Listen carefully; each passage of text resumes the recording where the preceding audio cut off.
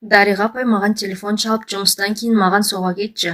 Мына жаңадан жазылған жырларымды сынап берерсің, әрі немерелі болғанымды қуанышыма ортақтас деген соң асыға басып келе жатып, оны елден ерекшелендіріп тұратын мінезін еске алдым. Зейнеткерлікке шыққанша көп жылдар мектепте мұғалім болып істеген. Арасында газет журналдарға әңгіме өлеңдер жолдап, кей сәттерде жұрттың ойына келе бермейтін проблемалық мақалалар жазып тұрады. Мен одан көп кіші болғанымен арамыздағы жас алшақтығын елемейміз. Тек менің оған сіз деп сөйлейтінім болмаса, кездесе қалсақ әңгімеміз таусылмайды. Апайдың жалғыз қызы Гүлнар былтыр күйеуге шыққан, бөлек тұрады. Жолдан акация дүкенінің қасындағы гүл базарынан апайдың жақсы көретін сары түсті хризантема гүлдерін таппаған соң өзім жақсы көретін аппақ роза гүлдерін алдым. Бір қорап конфета мен армян коньягын алуды да ұмытқан жоқпын. Мен келгенде Дариға апай ас үйде тамаққа қамыр салғалы жатыр екен. Бәке, немере құтты болсын, бауы берік болсын. Айтсын бірге болсын. Өмірге адам келген жақсы ғой. Бүгін қызыма 2 рет барып келдім. Немеремнің салмағы 4 кило болып туылыпты. Дариға апай әдеттегіден қуанышты жүзінен ерекше мейірім төгіліп жайнап жүр. Сен мына өлеңдермен таныса бер, мен тамақта қазір дайын етемін. Апайдың өлеңдерінің көп адамның көңіл күйі мен махаббат туралы екен. Екеуміз тамақ ішіп әңгімелесіп көп отырдық.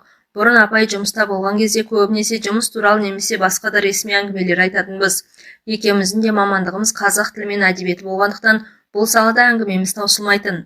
Дәке, Гүлнарыңыздың жалғыздығына аға ештеңе демеді ме дедім, сұрағымды барынша сыпайы қоюға тырысып. Қандай ағай, деді Дариға апай маған көзілдірігінің астынан сұралы жүзбен қарап. Күйеуіңізді айтамын, қазақта ер баланың болғанын қалайды ғой. Мені жұрттың бәрі қайыр қыз деп атайды. Мен күйеуге шыққан жоқпын, ал қызымды жақсы көретін адамнан туып алдым. Солай ма дедім, әрі қарай не айтарымды білмей қалып. Мен оны ажырасып кеткен шығар деп ойлайтынмын. Ақыр кеш болып кетті, одан да сен Замираға телефон соға сал да, бүгін осында асықпай әңгімелесерміз. Қызымның қалай дүниеге келгенін де айтып берейін. Мен әпкеме телефон шалып ескерттім де апайдың қасында қалдым. Екеуміз түннің бір уағына дейін әңгіме соқтық. Өткен жылдардың ізіне көз жүгірткендей болған апай бір сәт үнсіз қалды. Оған да ширек ғасырдай уақыт өтіпті. Мен ол кезде Батыс Қазақстан облысының алыс аудандарының бірінде қарайтын алыс ауылдағы мектепте қазақ тілі мен әдебиетінен сабақ беремін. Бірінші курсым кітаптан бас алмай оқумен өтті. Еңбегім ақталып студент болдым. Екінші курста да стипендия алу үшін сабақ соңында жүрдім. Ал үшінші курста мен оны кездестірдім. Ақ сары ұзын бойлы, мығым денелі, өзі ауыздыға сөз бермейтін, аяқтыға жол бермейтін пысық, домбырамен халық әндерін айтқанда жұрттың аузы ашылып, көз жұмылатын. Мен оны жиі кездестіріп жүрсем де ол менен алыста еді. Жүрегімде соған ғана арналып өсіп шыққан аппақ гүлімді күн сайын жұлып тастаймын, күн сайын өсіп шығады. Қасынан қыздар көрсем қараптан қарап қызғанамын, ал ол маған мүлде көңіл бөлмейді. Мендегі сезімнен бейхабар, тіпті маған бой жеткен түгілі әйелі баласы қарамайтын сеземін. Айнаның алдында отырып түріме қараймын да азам келеді. Қиылған қаш жасаймын деп қасымды тердім. Фасоны келіспеген соң ба әлде өзімнің ебім жоқ болмады. Кішкене қара көздерімді мөлдіреген шаралы көз жасала алмайтыным екі бастан белгілі. Қап-қара жылқының құйрығының қылындай сусылдаған қалың қара шаштарым дегеніме көнбеді. Әйтеуір басқа жігіттерді елемейтін, жатсам да тұрсам да ойлайтыным сол, есіл дертімде сол жігітте болды. Сөйтіп селдеген сезіміме тұншығып жүріп 3-ші курсты аяқтадым. Жазғы каникулдан оралып 4-ші курсқа келгенімде мен оның үйленетінін естідім. Ағайым бақыттан шым-шымдап суыртпақтап отырып, болашақ әйелі бір дөкейдің қызы екендігін білдім. Қатты ауырып қалдым, бір жұма сабаққа барған жоқпын. Сол хабарды естігенде айналамды қара түнек қаптап, айлар бойы қол бұлғап жетемін деген арманым быт-шыт болған. Оған деген әлдилеп жүрген сезімімді, не отқа жағарымды, не суға ағызарымды білмей, қайтсем жаным мен жүрегімді сол сезімнен тазартып құтыларымды білмей дал болдым. Бұл быт-шыт болған сорлы сезімді кішкене сынықтарына дейін жинап, жүрек деген орамалға түйіп, жанымның бір бұрышына іліп қойдым. Қаладан кеткенше асықтым. Оқу деп сабақтан бос уақытымда Жайық өзенінен сырласып өлең жазумен жүріп оқуды да бітірдім. Ағаларым әйелдермен өз жөндеріне кеткен соң әр жазғы каникул кезінде шешемді емдеттім. Тіс салғызып курорт санаторияларға апардым. Шешеммен бірге тұратын інімнің бала шағасы көп. Онымен бірге тұрған болмаса шешемнің ішіп жемі, киім кешегі менің мойнымда. Бір күні орайы келгенде шешеммен әңгімелесіп отырып, мама, 30-дан асып барамын, жақсы жігіт кездеспеді.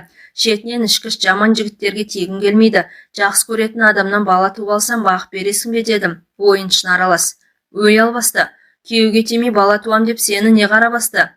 Не сен тиетін еркек табылмай қалды ма? Ана көршінің баласы Ғазиз сені әлі күнге дейін күтіп жүрген жоқ па? Бүкіл ауылды одан қалса ауданды шулатайын деп жүрсің бе? Бір айдан кейін айырылысып кетсең де алдымен күйеуге ти, бала туғың келсе.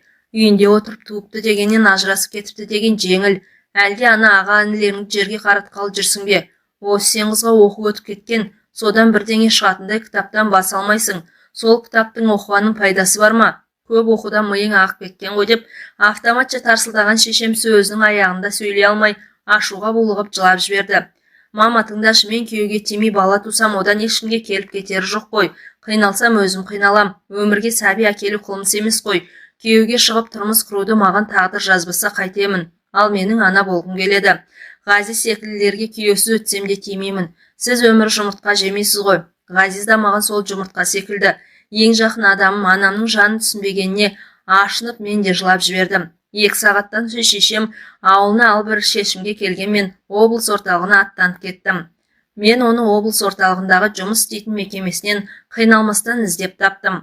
Оқу бітірген соң қайынатасының арқасында қалада қалып үлкен қызметке орналасқанын білетінмін. Орташа бір мекеменің басшысы. Кең кабинеті адамның мысын басқандай екен. Ол жарқылдап орнынан тұрып қарсы алды. Менің бақыт ағайымның қасында жиі жүретінімді ұмытпапты. Кел, Дариғаш, төрге шық. Көрмегелі қанша жыл деп маңдайымнан сүйді. Арада көп жылдар өтсе де ұмытпағанына, оның үстіне жылы қарсы алғанына риза болып қалдым. Жұмыс бастылы болып кеттік қой деп ақталғандай бақыт ағайдың хал жағдайын сұрады. Негізгі әңгімені қалай бастап келген, жұмысымды қалай айтарымды білмеймін. Уақыт өтіп жатыр. Ол іскер адамның кейпімен аман саулықтан соң, Дариға, қабылдау бөлмесінде кісілер жиналып қалған болу керек. Ұялмай жұмысыңды айт деді. Біреу кіріп қалама, әлде айтуға үлгере алмай қалам ба деп асыққан мен төбеден түскендей, мен сенен сәби сүйгім келеді дедім. Ол мынаның есі дұрыс па дегендей бетіме қарап отырып қалды. Мен тездетіп оны алғаш көрген күннен бастап сүйетінімді, күйеуге шығу түгіл ешқашан еркекпен болмағанымды, өзінен сәби сүю үшін бірге болғым келетінін, сол үшін осында бір пәтер жалдағанымды, бар сыр екеуміздің арамызда қалатынын, оны күтетінімді, басқа не айтқаным есімде жоқ. Қолына адрес жазылған қағазды ұстата салып, ол есін жиғанша шығып кеттім.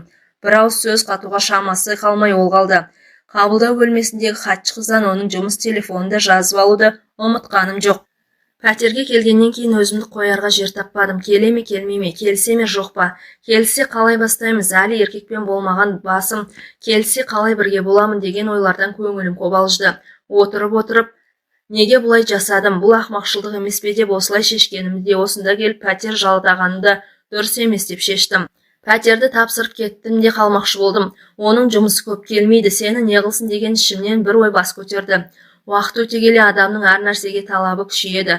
Жаның, тәнің, сезімің бәрі қатайып қатып қалғанда немесе қатая бастағанда біреудің дегені мен ыңғайына көну оңай ма? Әйтеуір бала туып аламын деген ойға бекінгенім шын, және оны бірінші кезектегі орындайтын мақсат деп шешіп қойғанмын. Ол келмесе я келіспесе кімнен туамын? Жоқ, келсе де келіспесе де тек содан туамын деп шештім.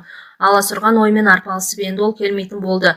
Жұмыс уақыты баяғыда аяқталған, қандай бақытсыз едім деп жылап алып, пәтерді ертең тапсырмақшы болып, өрекпіген көңілімді баспақ болып валидол ішіп алып жатып едім. Көзім ілініп кетіпті.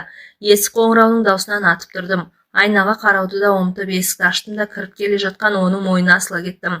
Оның бойындағы кеңселік ресми дағдысы осылай кенеттен бұзып, оның ойланып менен бас тартуына шама келтірмеуге тырыстым. Бірақ ол мен ойлағандай көтеріп алып шыр айналдырып бас салып төсекке көтеріп апарған жоқ. Тек маңдайымнан сүйді де сыпайы құшағынан босатты. Жеңіл шарап ішкен сезіледі. Ол да айналаға көз салып не істерін білмегендей тұрып алды. Бір кезде тамағын кенеп, Дариғаш, сені бақыт осылай атайтын еді ғой. Дариғаш, бағана дұрыс сөйлесе алмадық. Мен бақыттан хабарсыз кеткенмін. Менен бір көмек керек пе? Я оған, я саған деп маған қарады. Енді 1 минут кешіксең сыпайы қоштасып кетіп қалатынын сезіп, кеш болатын ұққанда мен жанашыра, сенің маған деген сезімің ешқашан оянбайтынына көзім жеткен. Оның маған қажеті де жоқ. Есесіне екеумізді 100 рет орап алатын сезім бар. Мен сені осы жылдар бойы сүйіп келгенмін және сүйіп өтемін. Мен ешқашан еркекпен болған емеспін. Менің жаным мен тәнімнің пәктігі саған арналған деп үстімдегі юбканың түймесін ағытып жіберіп едім. Сырғып аяғымның басына түсті. Бет түрім онша болмағанмен мүсінімнің сұлулығына мақтан аламын. Бассейн және өзен көлге шомылуға барсам, маған жігіттер қайырыла қарап жататын. Батылдықтың қайдан келгенін білмеймін. Оның көйлегінің түймесін ағыта бастадым. Ол да қанша дегенмен еркек пе? Мені құшағына алды. Менің оған деген сөнбеген, бірақ оны үйленеді дегенде қирап қалған сезімімді жүрек деген орамалға түйіп жанымның бір бұрышына іліп қойдым дегенім бекер болып шықты. Ол сезім тек бір бұрышты ғана емес, менің бүкіл жан тәнімді түгел орап алған екен. Жүрегім де 62 тамырым да оның айтқанын қайталап соғып жатты. Екеуміз бірге болған сол 7 күн қайтып келсе, оның орнына қалған өмірімді берер едім. Сол кезде мен қандай бақытты едім. Көп жылдар бойы өзім сүйген адаммен бірге әйел бақытының дәмін таттым. Сол басымнан өткен 7 күндік бақытымның сәулесі мен жылылығы қалған өміріме жетіп келеді. Менің сол кезден есімде қалғаны күн мен түнді ажырата алмай қалғанмын. Өзімнің шексіз бақытты болғаным, менің де оның да шексіз бақытқа бөлегенім ғана. Жаным, мен бақыттымын, бақыттымын. Сен әлі қыз екенсің ғой. Қалайша, осы кезге дейін пәктігіңді сақтағансың. Шынымен осы жылдар бойы мені сүйіп, мені күттің бе? Болған жоқпын жаным, сен үшін сақтадым. Мұндай бақыт маған бұйырмайды ма деп едім. Әйелім де қыз болмай келген. Дариғашым менің, мен саған қарыздармын. Енді менің әйелім боласың деп ентікті. Оның үздіксіз қимылынан шаршаңқырап қалғанмен арасында ернімді тістелеп, айқайлап жібермеуге тырысып қолдарымен жаймамды қысумен болдың. Оның ух деп алған демімен бірге, сен енді менің әйелімсің, мен сені езіп жібердім бе деген үні алыстан талып-талып естілді. Біраз уақыттан кейін қан ақ жайман ауыстырып жатқанын байқадым. Ертеңіне күні бойы төсекте жаттым. Өңім бе түсім бе білмеймін. Бір ретінде тамақ іші не жегің келеді деп жеміс жидектер мен шырындар әкеліп екінші рет қасыма келген. Оны жолатпадым. Денем дел-сал болып, бірақ өзіме өзім риза қалыпты. Бір көптен армандап жүрген шыңның басына шаршап шыққандай бір өзгеше күйдемін. Қыз келіншек жеңгелерімнің әңгімелерінен еркек пен әйел арасында құпиялар туралы көп естігенмін. Ол кезде бұл тақырыпқа кітаптар да жоқ еді ғой. Қазір ғой кез келген дүңгіршекте мен мұндалап тұрғаны. Жан дүниемде арпалыс жүріп жатты. Bir жағынан аппақ сезім, бір жағынан бір түрлі қорқыныш па, жиіркеніш пе бір нәрсе, тіпті оны сөзбен айтып жеткізе алмаймын. Сол махаббат дегеннің еркек пен әйелдің арасындағы жыныстық қатынас дегенге тірелгенде көлеңке тұсы да бар ма деймін. Қандай жақсы білімді, мәдениетті адам болса, ол да табиғаттың бір бөлшегі. Ал табиғат адамдар мен жаны бір тіршілік иесінің бәрін еркек ұрғашы деп екі топқа бөлген. Олардың басты міндеті табиғи заңдылық пен алдымен ұрпақ қалдыру екендігін сонымен өткізгенде ғана ұқтым. Ол қайта-қайта бетіме төніп, бір жерің ауырып тұрған жоқ па деп асты үстіме түседі. Мен болсам істеген әрекетімнің дұрыс-бұрыстығына баға бере алмай, әрі бір шешімге келе алмай, ой түбін шарлаумен болдым. Екінші күн осымен өтті. Бұл менің жан ләззатымен қоса тән ләззатының не екенін түсініп үйреніп, әрі соған әзірленген күнім болды. Арасында бірнеше сағатқа кетіп қалған болмаса, содан екеуміз 7 күн бойы бірге болдық. Құштарлық пен құмарлықтың шырқау биігіне жетіп, менің жағымнан жан ләззатына қоса тән ләззатын ала бастағаным, оның жағынан тән ләззатын алып оған қоса жан ләззатын да қосуға ұмтылып жатқан кез еді. Жаным дейді ол мені құшағына алып жатып. Бар өмірімді төңкеріп жібердің ғой, тіпті не істерімді білмеймін. Жұмыс бастылықтан ба, жұмысына әрең жататын басым, өзімнің саған деген құштарлығымды бас алатын емеспін. Менің 25-ме қайта апардың ғой. Оны менің де оған деген жылдар бойы әлдилеп келген аяулы сезімім емес, ең бастысы қыз болып шыққаным риза ететін секілді. Ол осындай сөздерді темірене айтып, тәнімді аймалап өз ыңғайына бейімдей бастады. Бірнеше жылдар бойы талай қыздың, оның ішінде менің де арманым болған көктегі жігіт өзінің бақыттылығынан не істеп не қойғанын білмей, менің сандарыма дейін аймалап аяғымның астында жатты. Үй мен жұмысына іссапарға кеткен болып есептелетін ол менен барын аяған жоқ. Тәнімнің ауырғанына да қарамастан, одан екі қабат болуды тілегенмен қалай қимылдаса да көне бердім. Оның тәжірибелі қолдары мен төсектегі іс-әрекеті де өзін ұстауы да менің көңілімнен шығып жатты. 7-ші соңғы күні төсегіме басын қойып жатқан ол: Дариғаш, мен сенің қасында өзімді нағыз еркек екенімді сезінгендеймін. Бұл сөздерді қалай түсінемін? Ол қазақшаға жүйрік емес, мен секілді орыстарға шорқақ. Ауыл мұғаліне қазақша сөйлеуге тырысқанмен арасында кібіртіктеп қалып, орысшасы да қос жібереді. Әрине еркекпін ғой, бір ұлым бар, бірақ неполноценный еркек болған сияқтымын. Маған сенің төбеден түскендей ойда жоқта сыйлаған пәктігің, ұзақ жылдар бойы сақтаған таза сезімің, мені төредей көріп көрген құрметің, мені бір үлкен биіктің басына шығарғандай. Мен өзімді 25-тегі жігіттей сезінемін. Бұлай болады деген нәрсе ойым түгілі түсіме де кірмеген еді. Сенің мен үшін қандай құрбандыққа барғаныңды да жан тәнмен сезініп жатырмын. Жас кезімде біреу мені осыншалықты жақсы көреді деп үш ұйықтасам ойыма кірмепті. Ағаң бақыттың қасынан көргенде мына тәмпіш мұрын қара қыз неге сонша тәлпіштенеді деп ойлаушы едім. Ол басты әңгімесін бастамады. Я бастауға қорықты, я кейінге қалдырды. Ал маған ол қажетсіз еді. Мен сөзімде тұруым керек болатын. Иә, оның алдында да, өзімнің алдында да берген сөзімде тұруым керек. Менің бүгін жалған іс сапарым бітеді. Жұмысқа соғып үйге барамын. Ертең мен жұмысқа барып қасыңа келемін деген ол маған кінәлі адамдай қарады. Мен төсекте жатқан бойы оның мойнынан құшақтап ұзақ сүйдім. Егер одан жүкті болсам, ол соңғы көруім екенін білемін. Ал жүкті болмасам, оны уақыт көрсетер. Бәлкім тағы да кездесерміз. Ол қанша сұраса да қай жерде, қай ауылда жұмыс істейтінімді айтқаным жоқ.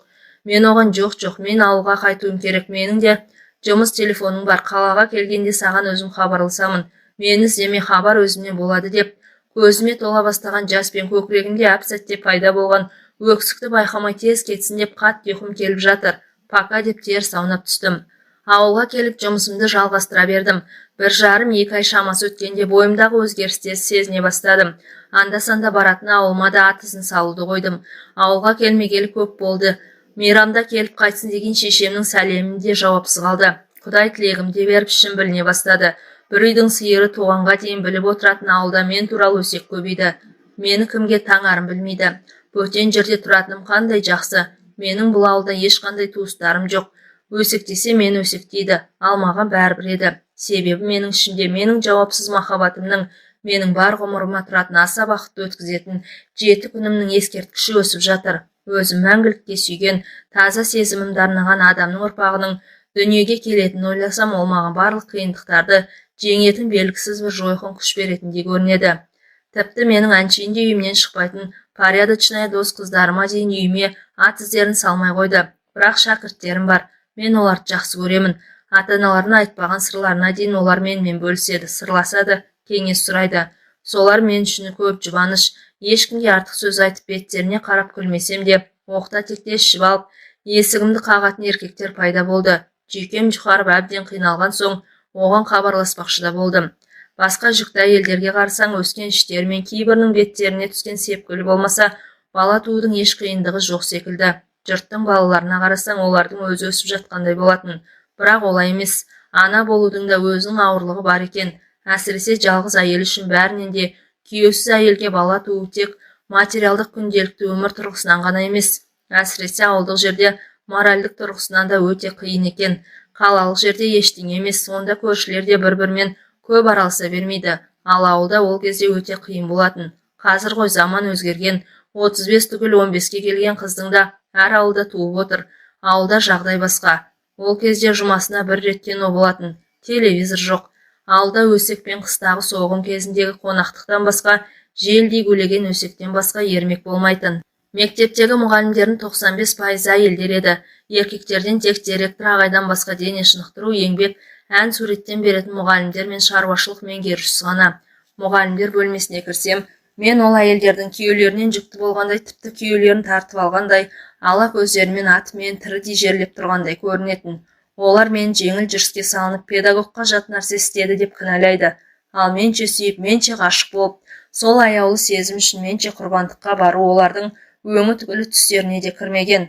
Бір күні өзі коммунист, өзі кәсіподақ төрайымы мен ішінен чолақ белсенді атайтын Сәлима апай мұғалімдер бөлмесіне кіріп, мектеп директоры Өмірғали ағайға мұғалімдердің көзінше Дариға Шакееваның моральдық тәртібін қарау керек деген. Өмірғали ағайда іле шала Сәлимаға, ол коммунист емес, ешкімнің семьясын бұзып жатқан жоқ, өзім сөйлесемін деп маған қарап, Дариға, сізді түс қайта сабағыңыз бар ма деді. Жоқ, сағат 2-де менің кабинетіме келіңіз деп мұғалімдер бөлмесінен шығып кетті. Межелі уақыт өткенше сан түрлі ойлардың жетегінде тұрып, қобалжулы күй кештім. Директордың кабинетінің есігін әрең ашып кірдім. Кел Дариға деген ағайдың даусы әдеттегіден де жылы естілді. Дариға менің әңгімеге құлақ салып мұқият тыңда деген ағайға қарсыма келіп отырып әңгімесін бастап кетті. Мен шамамен сенің әкеңмен жасты адаммын. Ұлы Отан соғысында 5 жыл жүріп қайттым. Жақсыны да жаманды да көрдім. Сол кезде бір әкеден жалғыз тұяқ болған соң қырғыннан аман келуді армандадым. Құдайға шүкір, қазірде аман есен үйленіп, балалар түгіл немере сүйіп отырған жайым бар. Сенің жағдайыңды түсінемін. Мен сенің сәби сүйгеніңді сөкпеймін, қайта қолдаймын. Сен бұндай сөздерді менен естимін деп ойламаған шығарсың. Өз ішіңнен шыққан балаң болғанға не жетсін, отау құрып, отбасылы болуды тағдыр жазбаса, бұның да дұрыс шығар. Бүгінгімен өмір сүрмей алдағанды ойлау керек. Денсаулығыңды күт, сәбиіңді күт. Сенің денсаулығыңа байланысты екенін естен шығарма. Тек менің талап етерім демалысқа кеткенше жұмысыңа жауапты бол. Босаңсыма, ешқандай жел сөзге жол берме. Көмек қажет болса ұялмай өзіме кел. Қолдан келген көмегімді аямаймын. Сен оқушылардың қорыққанынан емес, шын көңілден сыйлап жақсы көретін аз ғана оқытушылардың бірісің. Әйелдердің сөзін көңіліңе алма, қамықпа. Бірақ бір өтінішім, екеуміздің арамыздағы бұл әңгіме осы жерде қалсын. Мен борша-боршам шығып жылап отырмын. Бұл кісі мен күткендей маған ұрысқан жоқ, кемшіліктерімді шұқып, моральда оқыған жоқ. Мені оқушылардың жақсы көретінін де біледі екен. Менің өз шешемде түсінбеген жанымды бөтен біреу әрі мосқал ер адам түсінгеніне жыладым. Ағай әңгімесінің соңында Дариға бір сұрақ қойсам айып етпе, бірақ жауап бергің келмесе өзің біл. Сен бұл ісіңе өкінбейсің бе? Жоқ ағай, өкінбеймін. Оңай болмайтынын білемін, бірақ өкінбеймін дедім нық дауыспен. Сәбидің әкесі нағыз бақытты жігіт екен деді ағай. Мұғалімдер менің ісіп кеткен көздеріммен жылаған жүзімді көріп, директор мені сойып салды деп топшыласа керек. Жанар деген бір жас мұғалім ғана аяушылықпен қараса, басқалар бедірейе қарайды. Әсіресе Сәлим апай есесі қайтқан адамдай мысқылдап, масаттанып тұр. Ішімнен байқұс шолақ белсенді деп, мен де жақтырмай көз тастадым да сумкамды алып шығып кеттім. Менің жағдайымды естіген болу керек. Күнім жақындағанда қасыма қайран анам келді. Бір ұрсып, бір жылап сабасына түсті. Баласы қандай болса да туған ана баласынан безінсін бе? Бала мен туғанды базардан зат таңдағандай таңдап ала алмайсың ғой, тек араласпай кетпесе. Өмірғали ағайға өте риза болдым. Декретке шығып сәбиіммен үйде отырғанда мұғалімдер арқылы жағдайымды біліп отырды. Көмір түсіртіп берді. Соңынан неше жылдан бері пәтер жалдап тұрады. Жас маман ретінде баяғыда алу керек еді деп, босаған 2 пәтерлі совхоз үйінің бір жағын алуға көмектесті. Қысқасы, ол менің коллективтен бөлініп қалмауыма көп көңіл бөлді. Дариға апайдың әңгімесі басқа арнаға ауысып созылып бара жатқан соң ойымдағы сұрақты қойып жауабын естігенше асықтым. Апай, қызыңыздың Гүлнардың әкесі не болды, сол туралы айтыңызшы дедім. Оны содан кейін көрмедім де кездеспедім де. Адам қиналған сәтте жиі араласып жүрген жақынын, туысқанын емес, түсінеді-ау, көмектеседі-ау деп үміт еткен жанына жақын адамды іздейді. Менің оған талай рет хабарласқым да, іздеп барғым да келген. Бірақ оның жанұясы бар. Менің оған берген уәдем бар. Менің сөзімде тұруым керек болды. Біреуді сүю деген ол біреуге өтемелі сезім сыйлау немесе өтемелі жақсылық жасау емес, өтемесі сүюмен қонды, сонысымен биік. Бірнеше ай мен іздеме, өзім хабарласамын, хабар өзімнен болсын деген сөздерімнен шыға алмаса керек. Одан кейін мен іздеумен күндерін өткізген болар. Содан бір күні қарным шермейіп жүргенде оның атынан бір адам үйге іздеп келді. Мен өтірік айтып, күйеуімге тигенімді, ондай адамның есімде жоқ екенін, үйде енем бар болғандықтан тезірек кетуін өтіндім. Оның Алматыға ауысқанын, үлкен орында істейтінін білемін. Қазір Астанада жүзін жиі көріп тұрамын. Көріп тұрғаны қалай? Солай телевизордан. Апай, ол дейсіз, оның аты жөні бар ма? Бар, бірақ айта алмаймын. Ол өте жоғары орында істейді. Сіз оған қызы бар екенін айтқан жоқсыз ба? Жоқ, неге? Мен одан өз қалағанымды алдым. Бергім келген нәрсені бердім, болды. Оның қызы бар екенін білуге құқы бар ғой дедім тұтығып. Уақыт келгенде біледі. Қыз туралы хат дайындап, менің қасымда болғанда ұмытып кеткен сағатын қосып әзірлеп қойғанмын. Қызыма, мен өлгеннен кейін оның атына жібер, қиналсаң іздеп бар деп жаздым. Ол бұрын өліп қалса ше? Жоқ, өлмейді, беті жылтырап, менен оншақты жастай жас көрінеді.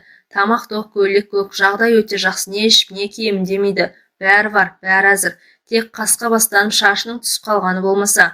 Ол менен бұрын өлсе білмей-ақ кетеді, бірақ өзім тірі тұрғанда берген сөзімді бұза алмаймын. Апай-ау, ең болмаса атын айтыңызшы.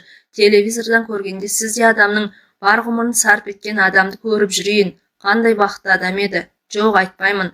Ең болмағанда қандай салада істейтінін айтыңызшы. Шамалап көрейін. Айта алмайын, ренжіме. Қызыма да айтқан емеспін, ешкімге де айтпаймын. Апай, содан кейін күйеуге шықпадыңыз ба? Жоқ, күйеуге шықпақ түгіл, ол ұстаған денемді қайтып ешкімге ұстатқанда емеспін. Неге? Алғашқыда мен оны өте сүйетін едім. Неге мені сүймеді, сезбеді, тіпті елемеді деген, бірге болғаннан кейін мені неге өзі іздемеді, бір облыстан табу қиын ба, неге келмеді деген өпкен болып, оны жеп көруге тырыссам да, оған деген таза да терең сезімді еш нәрсе өшіре алмады. Оның үстіне мен өзіме өзім, оның отбасын бұзбауға, әйелінің көңіліне қаяу салмаға серт еткенмін. Мен сол өзімнің өзіме берген сөзімде тұрдым деп, апай телевизорды қойып каналдарын бұрай бастады. Мен осы сәтте жұмыстағы әйелдердің кейде бір-бірінен қай Дариғаны айтасың деп сұрағанда, апай туралы, анау кәрі қыз Дариға ше дейтіндерін еске алдым. Мен бәрібір жұрттың Дариға апайды неге кәрі қыз атайтынын түсінбедім. кәрі қыз деген күйеуге шықпаған, өз алдында бала тумаған әйелді айтпаушы ма еді? Әлде Дариға апайдың жас кезінен бастап жеке өмірін асқан бір құпиялықпен сырларын шашау шығармай сақтап туған қыз туралы барынша ешкімге білдірмей өсіргендігінен шығар. Менің білетінім, Дариға апай қызын туғанда жұмысынан баламен отыратын, демалысты алмаған, не сәби ауырғанда ешқашан сәбидің ауырлығына байланысты жарамсыздық парағында ашпаған, ауру сәбиін еңбек демалысын не ақыс демалыс алып күткен. Қаңтардағы жаңа жылда балалары бар қызметкерлерге кәсіподақтан өте жеңілдікпен сыйлықтар бергенде де Дариға апай қажет емес деп бас тартқан. Одан Дариға апайдың қызы сыйлықсыз қалмаған.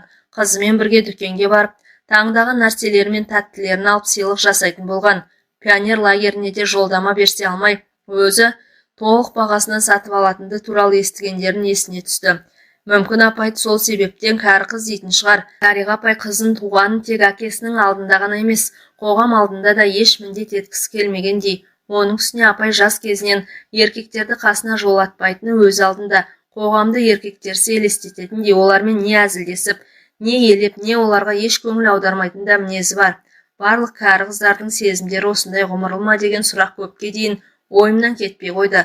Талайлардың қолы жетпеген Дариға апайдың осындай құрбандыққа барып пәк сезімін сыйлап, және өмір бойы қастерлеп өткен адамы қандай екен? Бұл құрбандық па, ерлік пе?